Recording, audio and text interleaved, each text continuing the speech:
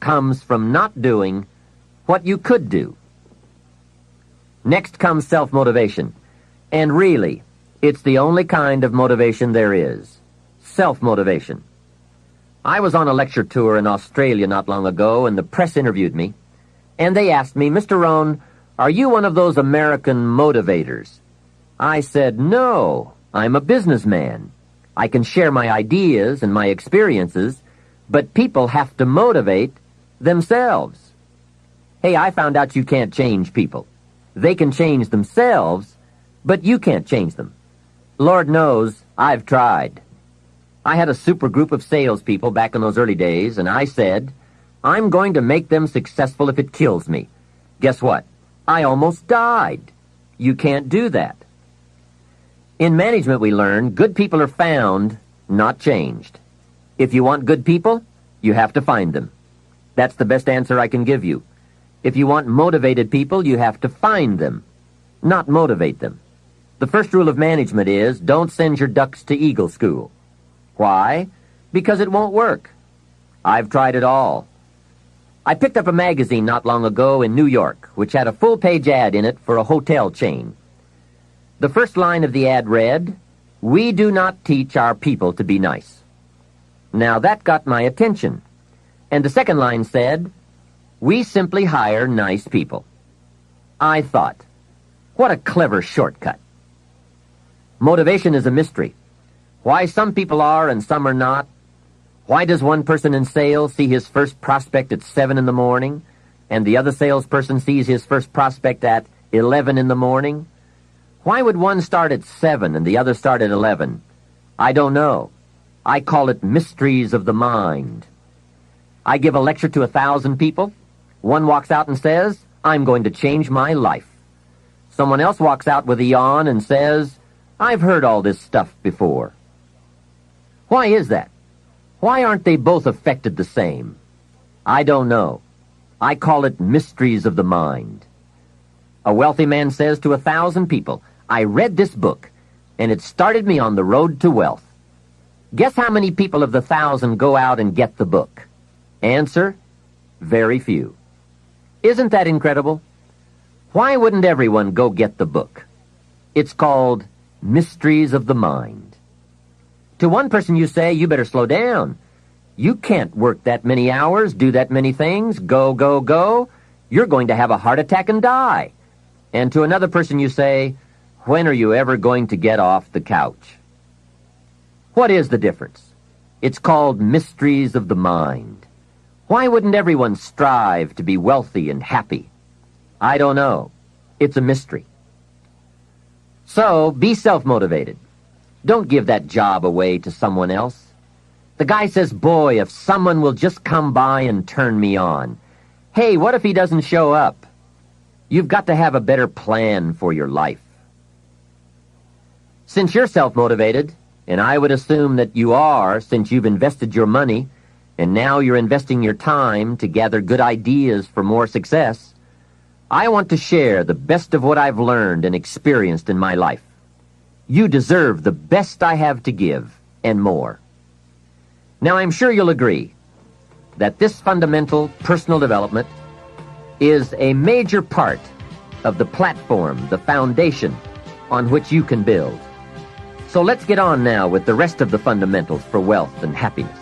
Of all the subjects that stir the imagination, this has to be one of the major ones: financial independence, freedom from financial concerns, owning the financial resources that give you the means to really do what you want to do, to make your life all that you want it to be.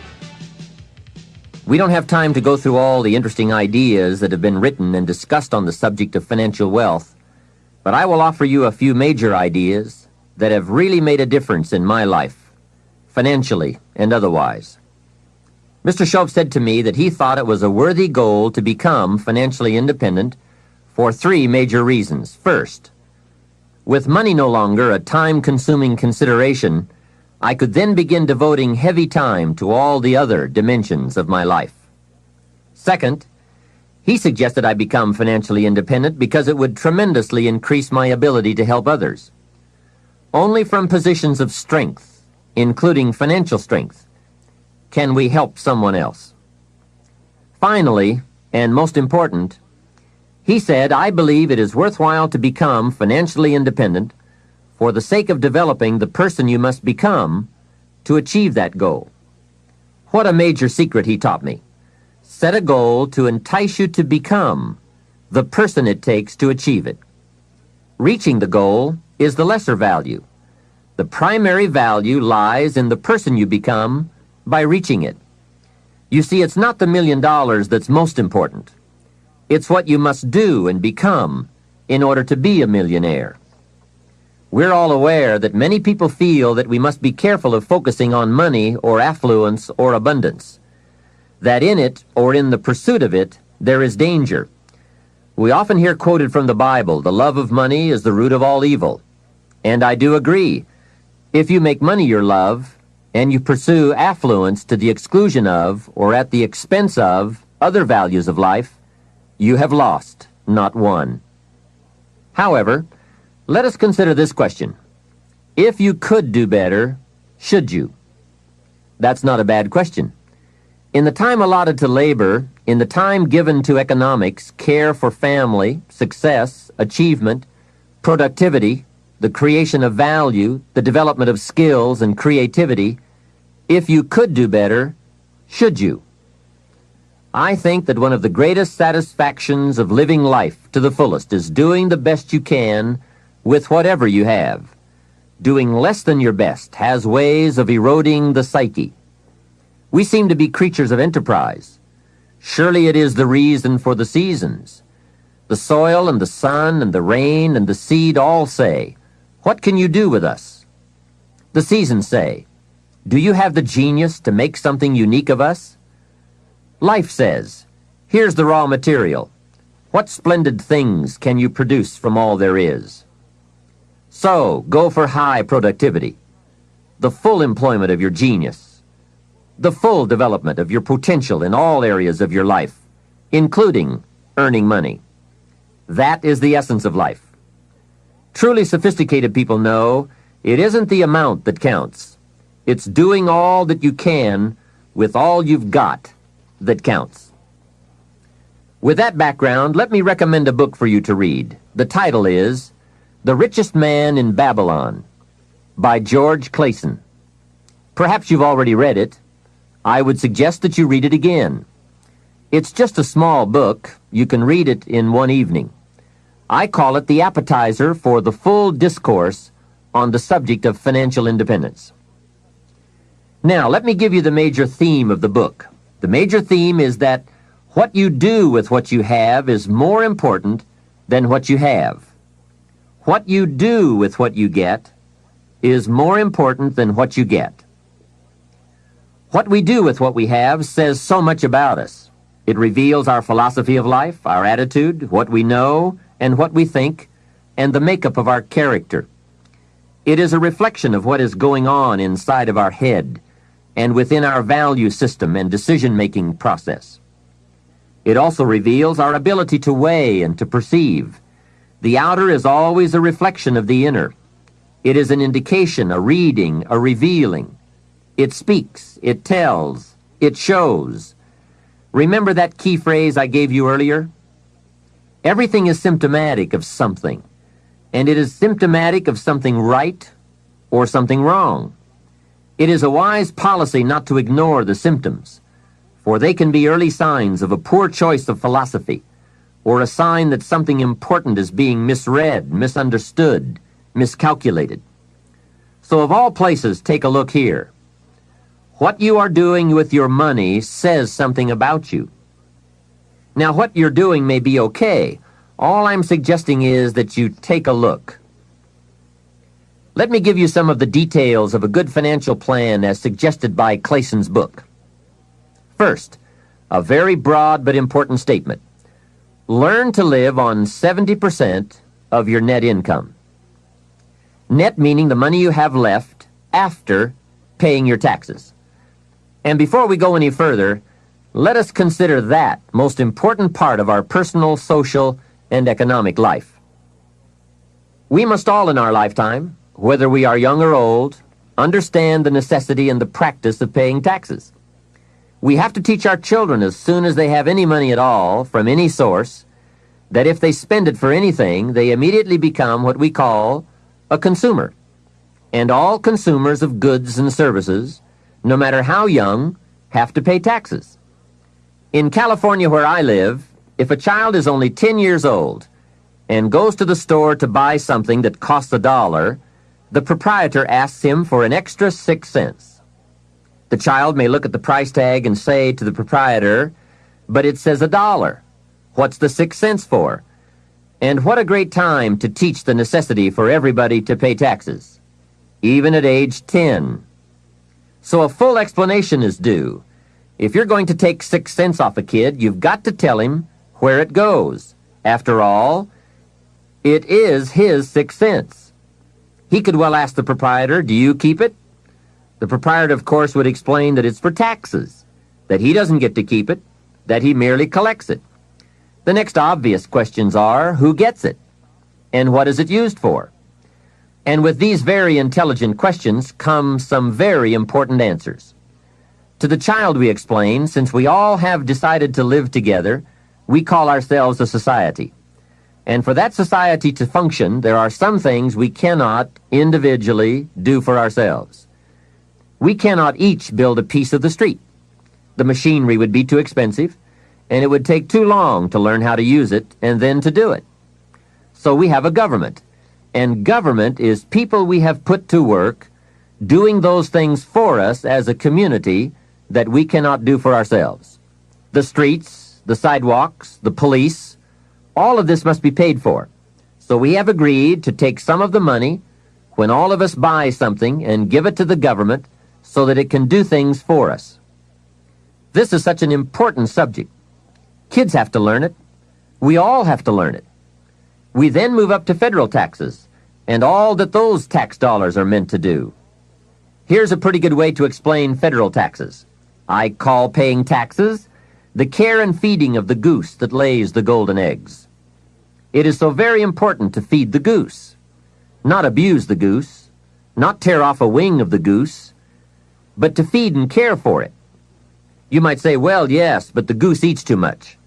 Hey, that's probably true. But remember, just about every appetite eats too much. Don't we all eat too much? Let not one appetite accuse another. If you step on the scales and you're 10 pounds heavy, you've got to say, "Yes, me and the government are about 10 pounds heavy. Looks like we both eat too much." Remember, every appetite must be disciplined, yours, mine, and the government's. We could all use a diet. Mr. Schoaf did give me a very great service when he taught me how to be a happy taxpayer. Now, I must admit it took a while, but I did finally become a happy taxpayer. Part of it was understanding what tax dollars were for, and that it is right for everyone to pay his fair share. I finally decided I didn't mind picking up my share of the tab for the radar. It's so necessary for our safety as a country to keep the international bullies away. Some people say, "Why bother with all that expensive equipment? After all, they won't come over here." Obviously, they haven't read their history books. Someone else says, "I'm not picking up any part of the radar." Well, then I would suggest you go where they don't have any radar. If you are going to enjoy the benefits, then you have to pay your share.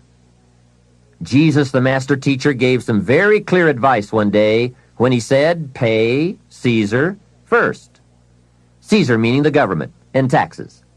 Hey, that's pretty clear. Pay Caesar first.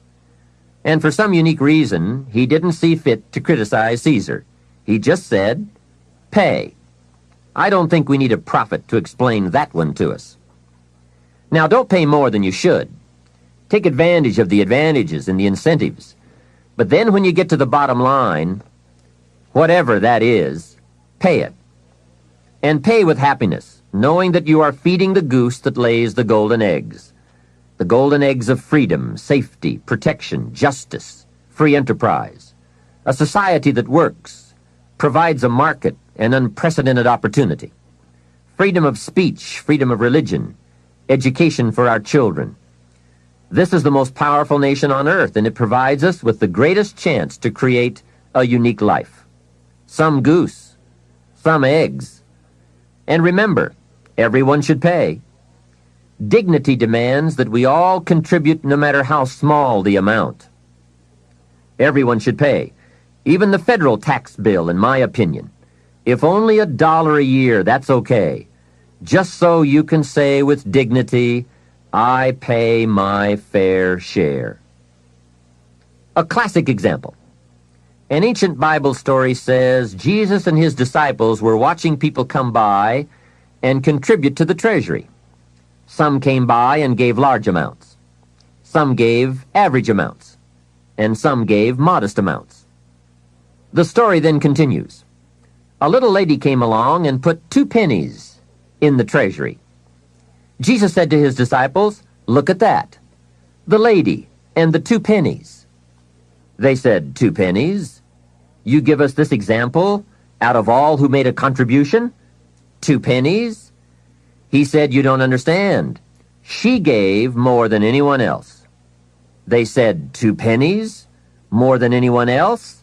Some have given fortunes. He said, "You don't understand. Her 2 pennies represented, I'm sure, more of what she had than the large amounts represented of what their givers had. So she gave the most." How remarkable. But let's continue the story. Sometimes what is not said or reported is also a valuable part of the story. Consider what Jesus did not do.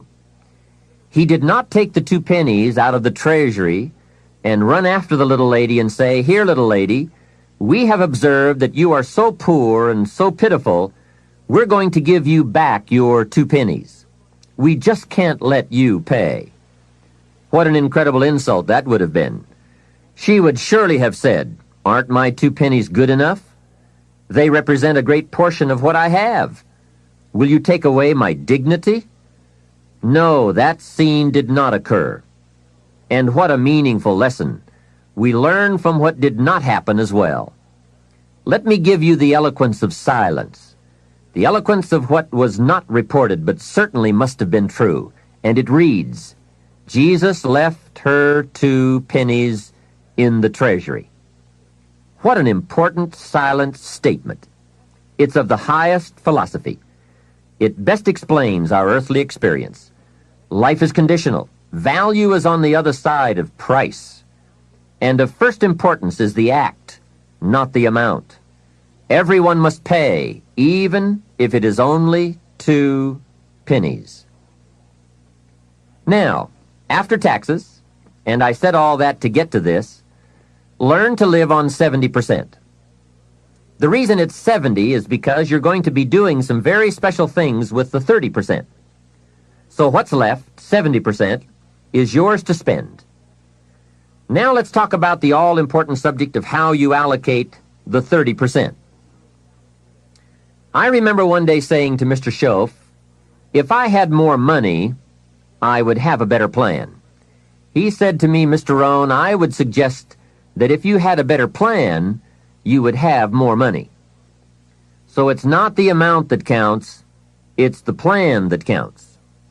It's not what you allocate, it's how you allocate it. Here's the first part of the allocation process. Of the 30% you're not spending, 10% should go to charity, giving back part of what you have taken out to help those who cannot help themselves. I think that's a good percentage. Now, you can pick your own percentage. It's your life, and it's your plan. But giving your money to a church or to an institution is a good idea. More often than not, they can find the people who are in need. But whether you administer it yourself or give it to an institution to distribute, 10% should be given to charity. And by the way, the best time to teach this allocation process is when a child gets his first dollar. Take him on a visual tour. There's nothing better than visual to illustrate what you're trying to teach. Take him to where some very unfortunate people live who cannot take care of themselves. Kids have big hearts. If they see the problem, they won't have any trouble giving a dime out of every dollar. And one more thing. The time to start this is when the amounts are small. It's pretty easy to flip a dime out of a dollar. and it's a little more difficult to give away 100,000 out of 1,000,000. You say, oh, if I had 1,000,000, I'd give 100,000. I'm not so sure. That's a lot of money. Best we start you early, so you will have the habit before the big money comes your way. Now, here is what to do with the next 10%. Set aside 10% for capital you manage. That is, capital you find ways to utilize. Do some buying and selling yourself. Buy something, fix it, and sell it. Engage in commerce, even if it's only a part-time venture. Your home is a major capital project. In my opinion, we should all engage in capitalism in this country. Here, we believe capital belongs in the hands of the people. Communism teaches that capital belongs in the hands of the state. That's a great difference in ideology. I guess communism feels that humans are too dumb and stupid to know what to do with capital, so it should all be given to the state. Let the state run everything, and let the people meekly show up for their work assignments.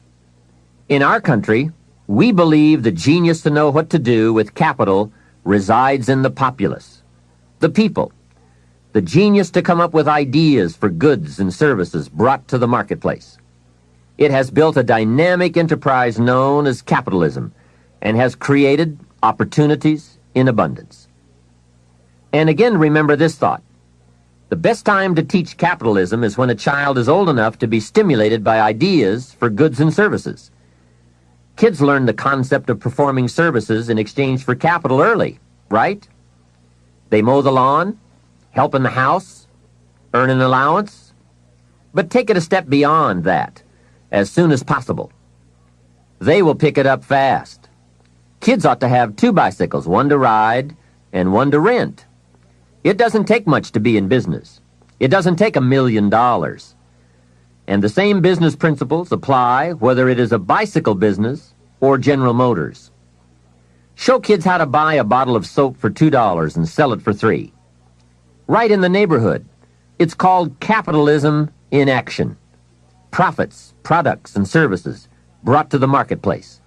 It is most exciting once you understand the mechanics and the dynamics. It's the stuff of which fortunes are made. And teach kids the advantage of being kids. Some people will buy from you just because you're little. So you must get on with it. You won't be little forever. So Johnny goes a few doors down from your home in the neighborhood and knocks on a door. Mrs. Jones answers, and Johnny says, Mrs. Jones, I have this bottle of soap. It is the best there is. My mother uses it, and lots of people I know wouldn't use anything else. You should really have some. It only costs $3, and I'm your neighbor, so I can take care of you. And besides, I'm little. There, isn't that simple? Commerce in action. Capitalism at its foundation. You see, the only danger in capitalism is if capital gets in the hands of too few people. As long as it is in the hands of the many, it is a dynamic force for profitable and exciting